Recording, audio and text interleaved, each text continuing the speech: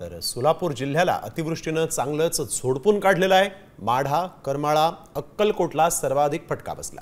आता पूर परिस्थिती ओसरल्यानंतर उद्यापासून सोलापूर जिल्ह्यातील पूरग्रस्त भागात धान्यांचं वाटप केलं जाणार आहे। तसंच सोलापूर जिल्ह्याला उद्या आणि परवा पावसाचा रेड अलर्ट देण्यात आल्याची माहिती सोलापूरचे जिल्हाधिकारी कुमार आशीर्वाद यांनी दिली आहे।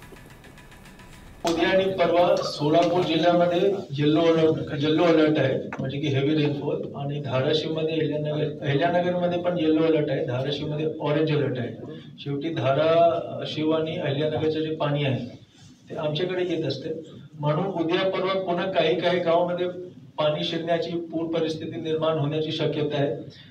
माझ्या सर्व नागरिकांना आव्हान आहे की गेल्या 5 दिवसात आम्ही जवळपास 4002 लोकांना पाण्यातून बाहेर काढलेलं आहे। प्रत्येक कुटुंबाला 10 किलो तांदूळ, 10 किलो गहूचं वाटप करण्यात येत आहे। जिल्ह्यातील जनावरांसाठी सांगोल्यामधून 30 टन चारा आणण्यात आलेला आहे। वीज पुरवठा सुरू करणं धोकादायक आहे। 2 ते 3 दिवसात वीज पुरवठा सुरू करणार। राष्ट्रीय महामार्ग दुरुस्त करण्याच्या सूचनाही देण्यात आलेल्या आहेत।